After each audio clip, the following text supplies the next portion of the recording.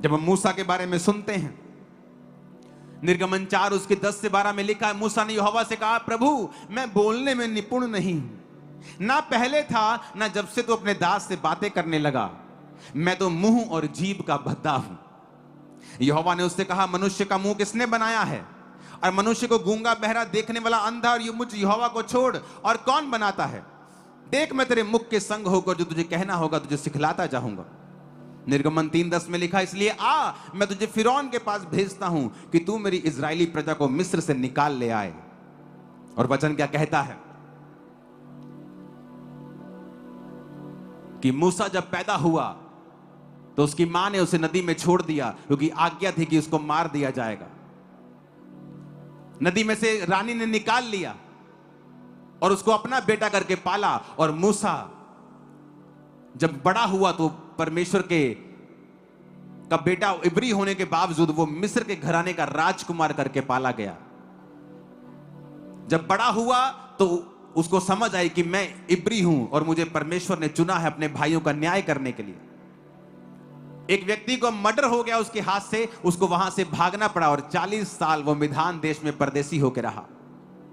फिर मूसा को परमेश्वर ने झाड़ी में दर्शन दिया और मूसा को बताया कि मूसा मैं तेरा परमेश्वर हूं और मैं तुझे भेजता हूं। और मूसा क्या कह रहा है कि परमेश्वर तुझे गलती लगी है, क्योंकि मैं मुंह का क्या हूं, भद्दा हूं। अगर मैं जाके राजा के बोला,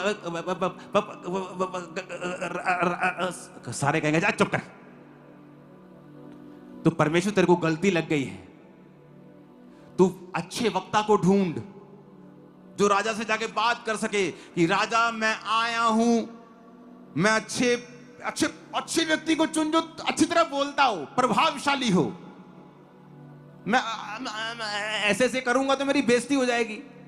प्रभु तुझे गलती लग गई है, मैं वो नहीं हूं।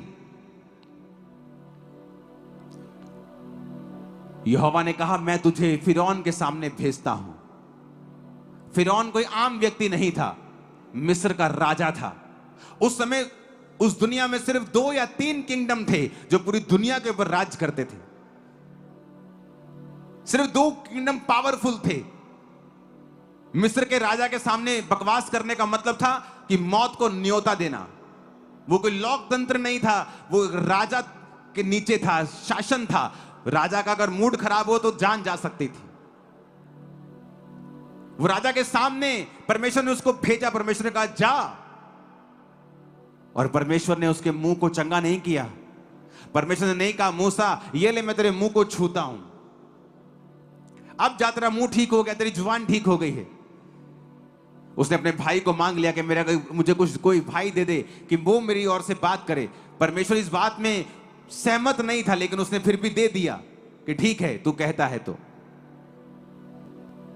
परमेश्वर ने एक ऐसा व्यक्ति जो वचन कहता है बोलने में निपुण नहीं था, मुंह और जीभ का भद्दा था, इजराइलियों को छुड़ाने के लिए चुना और मिरेकल्स करने के लिए चुना। क्योंकि वो कहता है मैंने जगत के निर्बलों को चुन लिया, मैंने जगत के तुच्छों को चुन लिया, मैंने जगत की खुरचन को चुन लिया, मैंने जगत के व्यर्थों को चुन लिया। आप बड़े काम करने के लिए तैयार रहना यीशु मसीह के सामर्थ्य नाम में। आपको यह मालूम होना चाहिए आपका चुनाव आम नहीं है। आप आम जीवन जीने के लिए नहीं बुलाए गए हैं, आप खास जीवन जीने के लिए बुलाए गए हैं। मूसा के पास एक काम था, आपके पास भी एक काम है। मूसा ने जाकर लोगों को छुटकारे का समाचार दिया, आपको भी जीसस ने छुटकारे का समाचार देने के लिए बुलाया है। कहता मैं मुंह का भद्दा हूं। कई बार आप बोलेंगे परमेश्वर मेरे जीवन में गवाही तो दे तो मैं तेरा काम कर सकूं। परमेश्वर कहता नहीं, इसी तरह कर। मैंने 10 साल अपनी हीलिंग से पहले लोगों की हीलिंग के लिए प्रार्थना की है, सेवकाई बिना हीलिंग के शुरू की है, अपनी पर्सनल हीलिंग के बिना लोगों के लिए प्रार्थना की है, लोगों के लिए प्रचार किया है। और अभी तक खुद मैं इंतजार कर रहा था, क्योंकि मैं वचन जानता था कि परमेश्वर जब मूसा को बुलाया तो उसके मुंह के भद्देपन को बिना ठीक करके बुलाया। आप प्रभु के सामने कंडीशन नहीं रख सकते कि पहले मेरे जीवन में गवाही तो हो तो मैं लोगों को बताऊं क्या। आपके पास इनफ है, वचन इनफ है, वचन बहुत है, वचन बताने के लिए काफी है। अगर आप बोलें तो परमेश्वर आपके मुंह के संग रह के बड़े काम करने वाला है। उसने आपको चुना है, उसने आपको चुना है।